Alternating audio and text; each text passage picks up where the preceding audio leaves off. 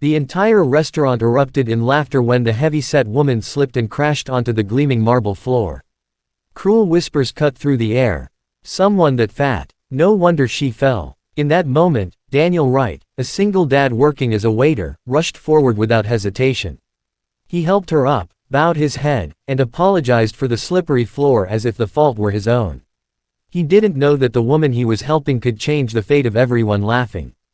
But who was she? 20 minutes earlier, Daniel Wright had been wiping down table 14 for the third time that evening. His hands moved on autopilot, the white cloth circling the polished surface in practiced motions while his mind tallied numbers. Rent was due in 5 days. His daughter Emma needed new shoes because she'd outgrown her old pair again, and the pediatrician's bill from last month still sat unpaid on his kitchen counter. The divorce had stripped him of almost everything except the obligation to keep going, to keep his 7-year-old daughter fed and safe, and unaware of how close to the edge they really were.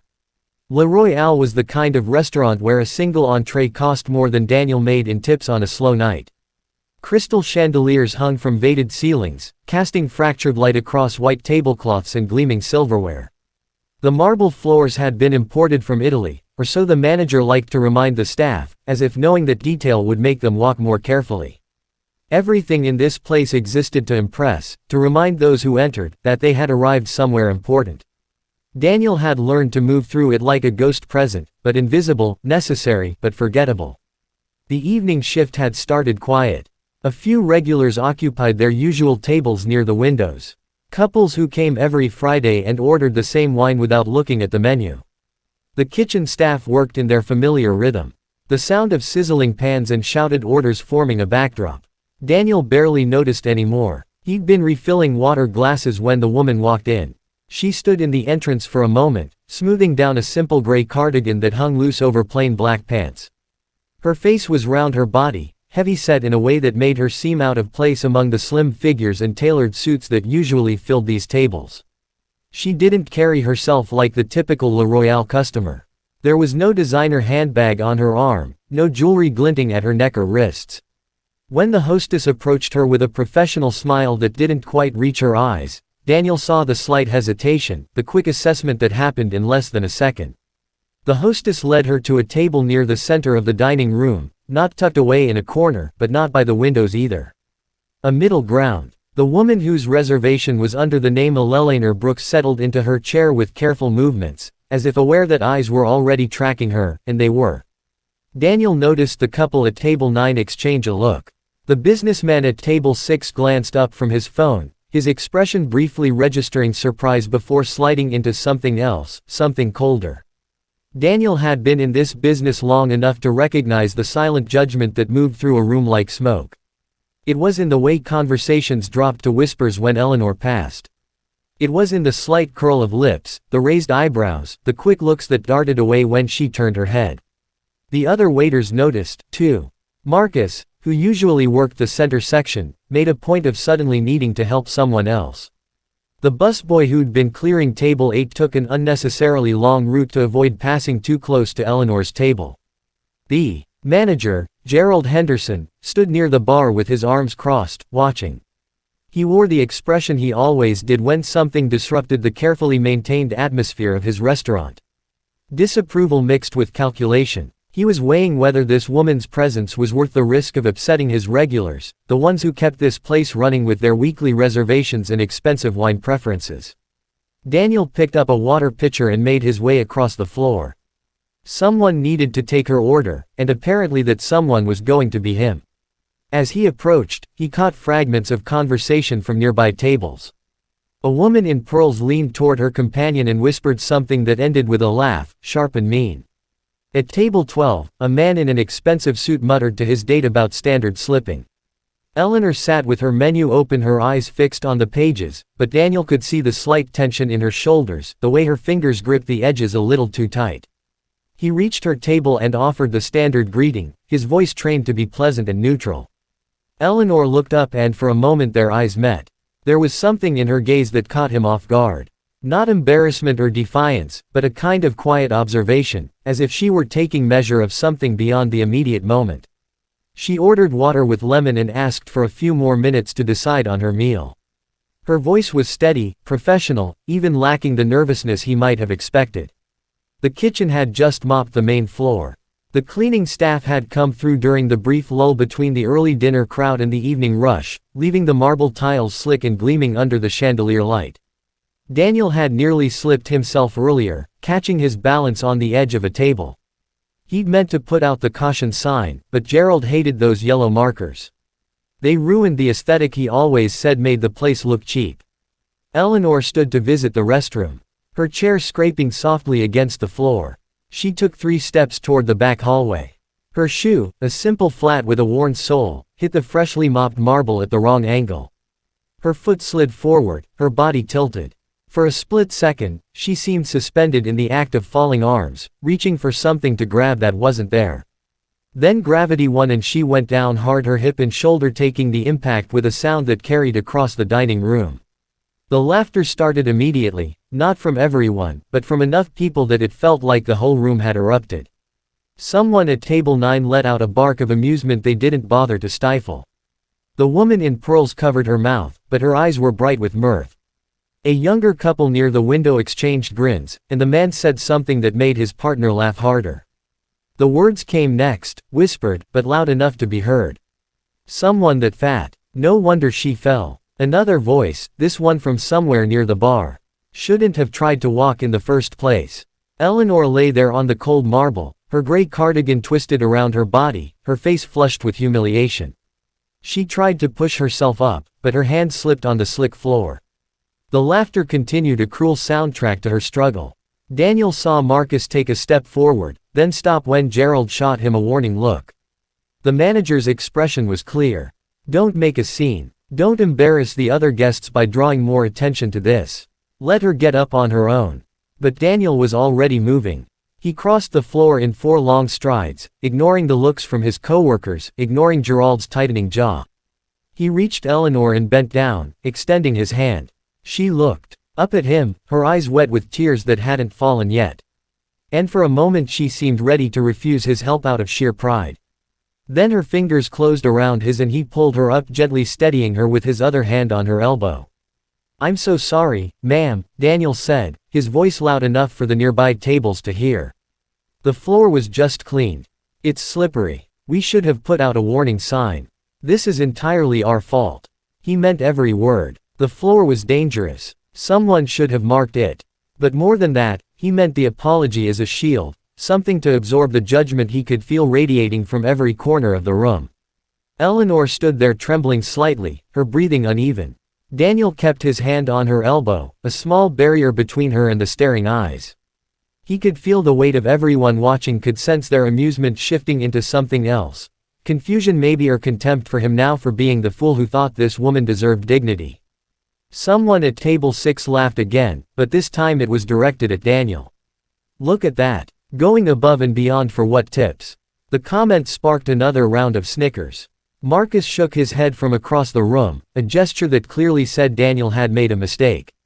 Gerald's face had gone from disapproval to active anger, the kind that promised a conversation later, probably one that involved words like professionalism and knowing your place.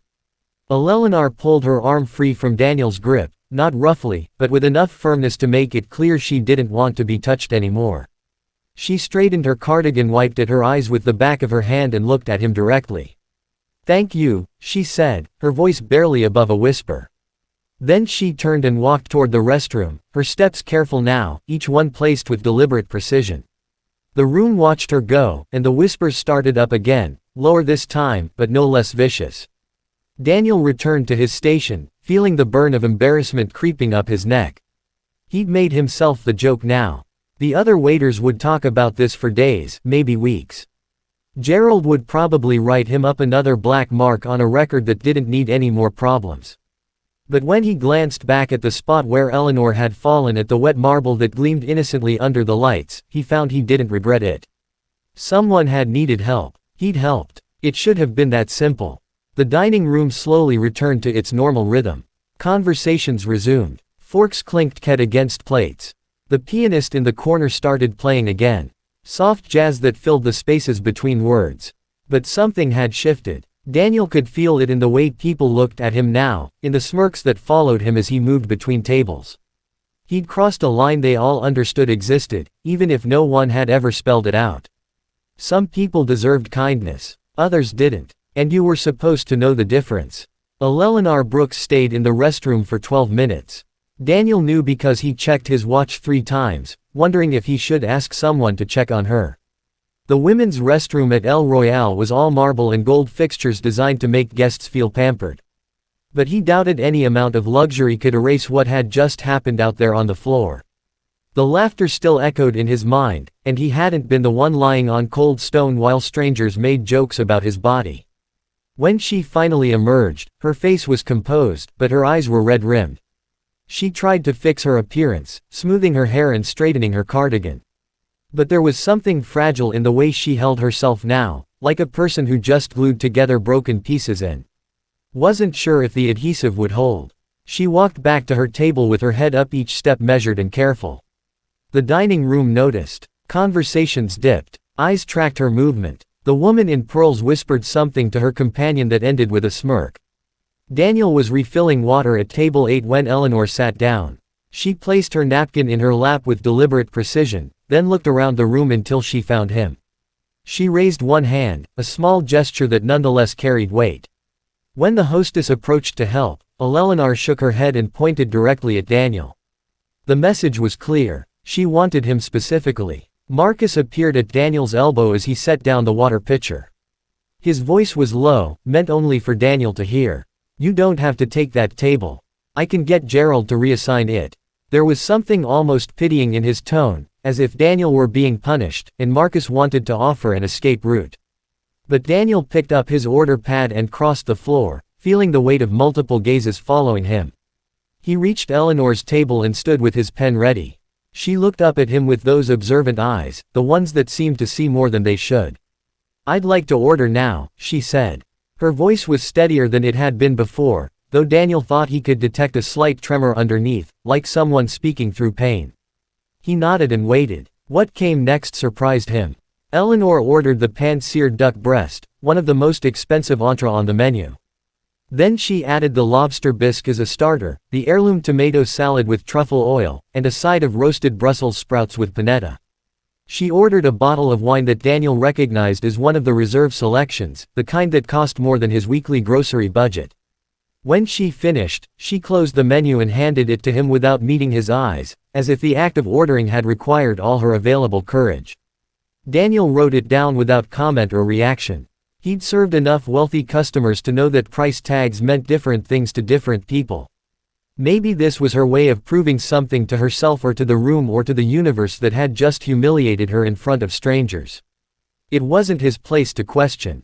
He took the menu and headed toward the kitchen, aware that people were watching this exchange with new interest. At table 9, the couple who'd laughed earlier were now leaning together in conversation. The woman's voice carried just far enough. "Did you see what she ordered? She's trying to make a point. How desperate." Her companion grunted agreement, then added something about people not knowing their place. At table 6, the businessman had his phone out, but his attention was clearly on Eleanor, his expression one of amused disdain. The kitchen staff prepared Eleanor's order with the same care they gave every dish, but Daniel noticed the looks exchanged when he read off the ticket. The sous chef raised an eyebrow. One of the line cooks muttered something about people with more money than sense. Daniel ignored them and waited for the food, checking his watch again. Emma would be asleep by the time he got home, curled up in bed with the stuffed rabbit she'd had since she was 3. His ex-wife had dropped her off this morning with a reminder about the missed child support payment. Her voice sharp with judgment that felt too similar to the looks he was getting in the dining room. When Eleanor's first course was ready, Daniel carried it out with practiced steadiness. The lobster bisque steamed in its bowl, rich and fragrant. He set it down in front of her with the standard presentation, describing the dish briefly as training required. Eleanor thanked him quietly. She picked up her spoon and began to eat, her movements refined and deliberate. Not the hurried eating of someone trying to prove a point, but the careful attention of someone who actually appreciated food. Daniel returned to his other tables, but he found himself watching Eleanor between tasks. She ate slowly, savoring each bite.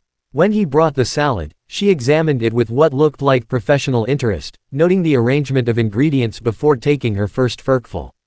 The wine came next, and she swirled it in the glass, inhaled the bouquet, then took a small sip that spoke of familiarity rather than pretension. These weren't the actions of someone showing off. They were the habits of someone who knew exactly what they were doing. The businessman at table 6 wasn't the only one who noticed. The woman in pearls had stopped eating her own meal to watch Eleanor, her face twisted in irritation. "She thinks she's something special," she said to her companion, not bothering to lower her voice much. "Ordering all that expensive food like it'll change what she is." The companion made a non-committal sound, but his eyes kept drifting back to Eleanor's table. Gerald appeared at Daniel's shoulder, his voice tight with controlled anger. "What's she doing?" he asked, as if Daniel had control over Eleanor's choices. "This is disrupting the atmosphere. Customers are complaining." Daniel wanted to ask what exactly they were complaining about. A woman eating dinner. A woman who'd been humiliated and decided to stay anyway. But he knew better than to challenge Gerald when the manager's face had that particular shade of red. When Daniel brought out the duck, Eleanor looked at it with something approaching satisfaction. The presentation was flawless, the meat perfectly cooked, the reduction sauce artfully drizzled. She cut into it with precision, and Daniel could see the faint pink center that indicated proper temperature. She tasted it, and for the first time since the fall, something close to a smile touched her lips. Not happiness exactly, but a moment of genuine pleasure that briefly erased the tension from her face. The meal continued this way, course after course, with Eleanor treating each dish with focused attention. She wasn't eating quickly or desperately. She was dining in the truest sense of the word. Daniel served her with the same respect. He gave every customer refilling her wine glass, bringing fresh bread when she finished the first basket, ensuring her water never ran empty. He didn't ask if everything was all right or make small talk. He simply did his job, giving her the service she deserved. But the room's mood was shifting. What had started as mockery was curdling into resentment. The couple at table 9 paid their bill and left, but not before the woman shot Eleanor a look of pure disgust. At table 12, a regular customer called Gerald over to complain about something vague and unnamed, though his eyes kept darting toward Eleanor. The businessman at table 6 was now openly staring, his dinner forgotten, as if trying to solve a puzzle that didn't make sense. Marcus approached Daniel again as he was picking up Eleanor's empty plates. "You need to be careful," Marcus said, glancing toward Gerald, who was still dealing with the complaining customer. "He's looking for a reason to write you up, maybe even fire you. You know how he gets when things don't go smoothly." Daniel knew. Gerald valued the restaurant's reputation above everything. And right now, he seemed to view both Eleanor and Daniel as threats to that carefully maintained image. Eleanor finished her meal and set down her fork with quiet finality. She took a last sip of wine, then folded her napkin and placed it beside her plate. Daniel approached to ask about dessert, but she shook her head. "Just the check, please," she said. Her voice had regained its steadiness, and there was something different in her posture now, a kind of settled determination that hadn't been there before. Daniel processed her bill at the computer terminal, watching the total climb to a sum that represented more than he made in a week, $347 before tax and tip. He printed it out, placed it in the leather folder they used for checks, and brought it to her table. She opened it, glanced at the total without reaction, and pulled out a credit card from a simple wallet. Daniel took it to run the payment, half expecting it to decline, because that seemed like the kind of night this was turning into, but it went through immediately, approved without issue. When he returned the receipt for her signature, Eleanor took the pen and wrote something on the tip line that made Daniel look twice to make sure he was reading correctly. $100. She'd left a tip that was nearly 30% of her already substantial bill. She signed her name with a flourish, closed the folder, and pushed it back across the table toward him. Then she stood up, not slowly or carefully, but with purpose. She smoothed down her cardigan one more time and looked around the dining room, meeting the eyes of people who'd been watching her all evening. The conversations dropped off one by one as diners realized something was happening. Eleanor's gaze was calm, almost serene, and it swept across the room like a spotlight, pausing briefly on the woman in pearls, the businessman at table 6, and the young couple by the window who'd laughed when she fell. Finally, she looked at Daniel. Thank you, she said, her voice clear and carrying in the sudden silence.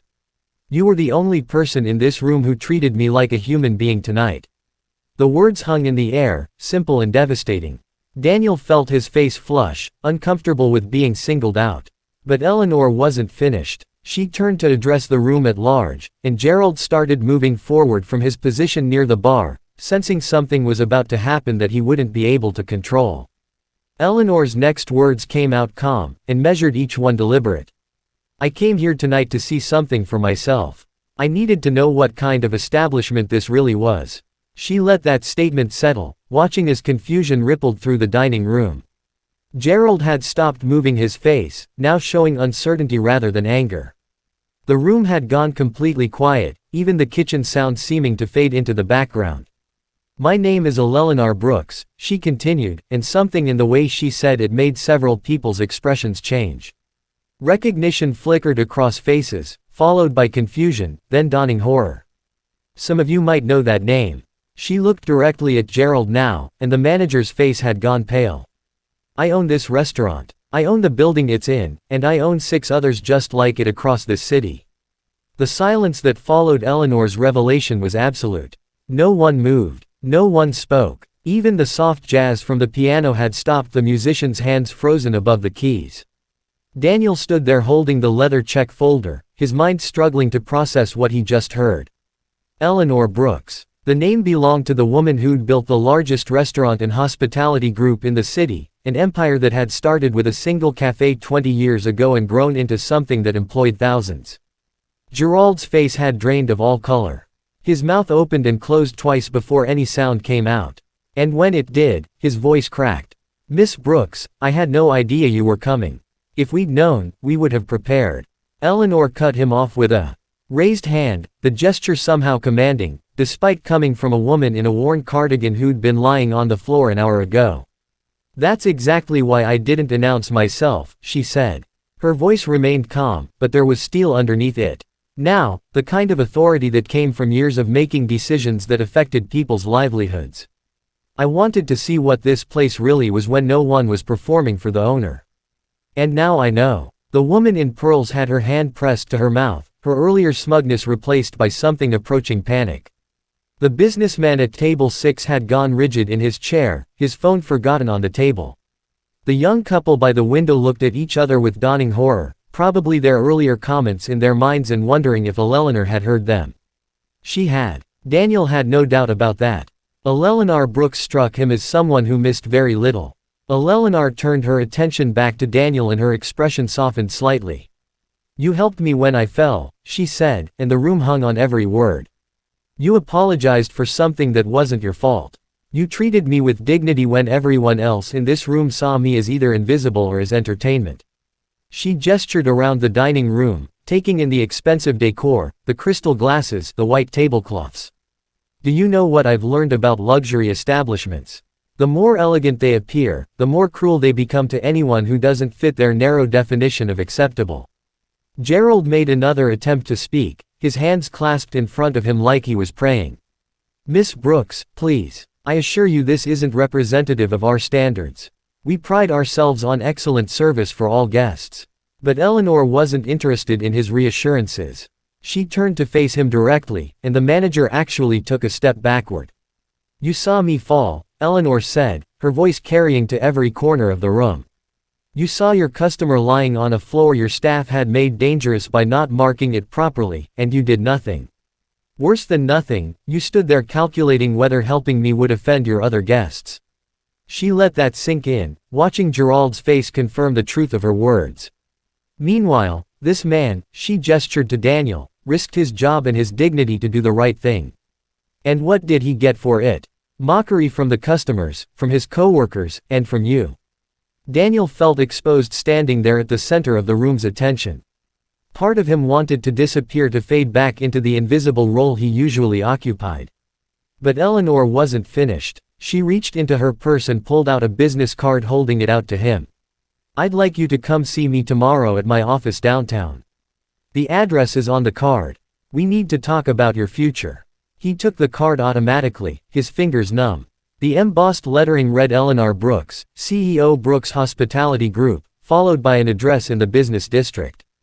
Real. This was real. The woman he'd helped off the floor wasn't just wealthy.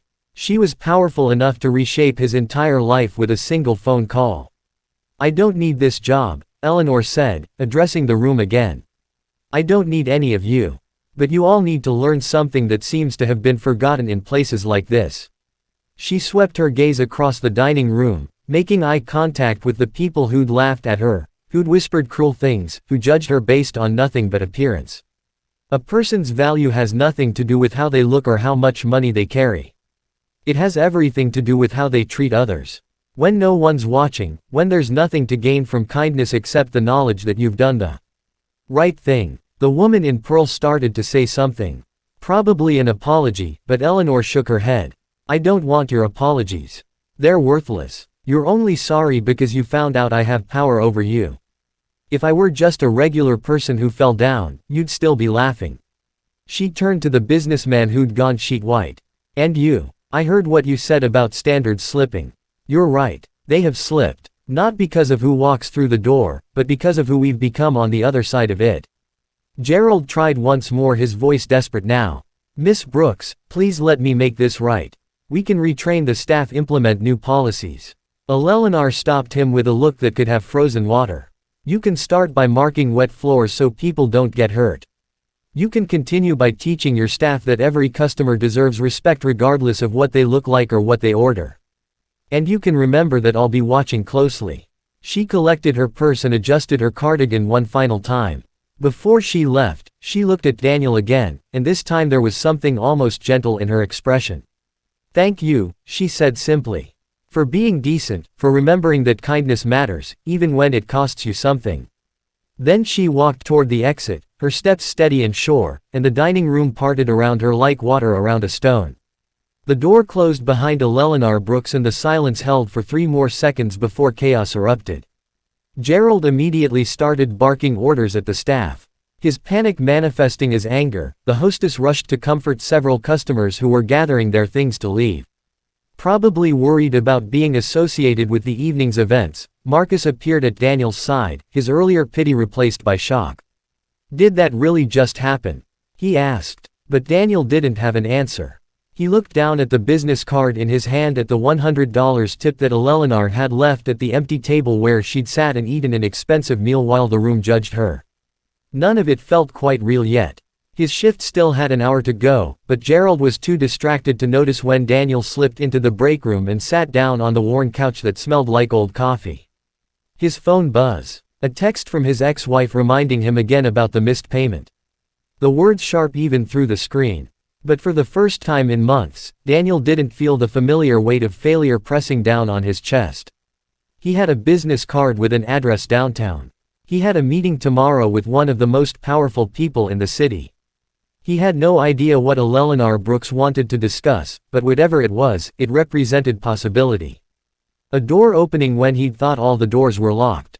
The dining room slowly emptied as the evening wound down. The woman in pearls left without finishing her dessert. The businessman threw cash on his table and departed without waiting for change. One by one, the people who'd found Eleanor's fall so entertaining slipped away into the night, probably trying to forget what had happened, probably hoping Eleanor would forget, too. But Daniel suspected she wouldn't. People like her didn't get to where they were by forgetting. He finished his shift in a daze, going through the motions of cleaning tables and restocking supplies. When Gerald finally dismissed him, the manager couldn't quite meet his eyes. There would be consequences from this night. Daniel knew, maybe good ones, maybe bad ones. But something had shifted in the careful balance of his life, and he found himself almost looking forward to seeing where the pieces would land. The drive home took 20 minutes through empty streets. Emma would be asleep, her babysitter, probably watching television in the living room. Tomorrow, he'd take Emma to the park like they did every Saturday, and he'd tell her about kindness, about doing the right thing, even when it was hard. She was 7 now, old enough to understand that the world wasn't always fair, but young enough to still believe it could be. And maybe, Daniel thought as he pulled into his driveway. Maybe she was right. Maybe the world offered second chances to people who did the right thing. Not always, not guaranteed, but sometimes, just often enough to keep you trying. He looked at Eleanor's business card one more time before getting out of the car at the embossed letters that represented everything he'd been working toward without knowing it. Tomorrow would bring whatever it brought. Tonight, he'd helped someone who needed help. And somehow, against all odds and expectations, that simple act of human decency had mattered. The universe had been watching after all, and it had taken the form of a woman in a worn cardigan who taught an entire restaurant that appearances meant nothing compared to character. Daniel unlocked his front door and stepped into the warmth of home, carrying with him the knowledge that sometimes, just sometimes, kindness won.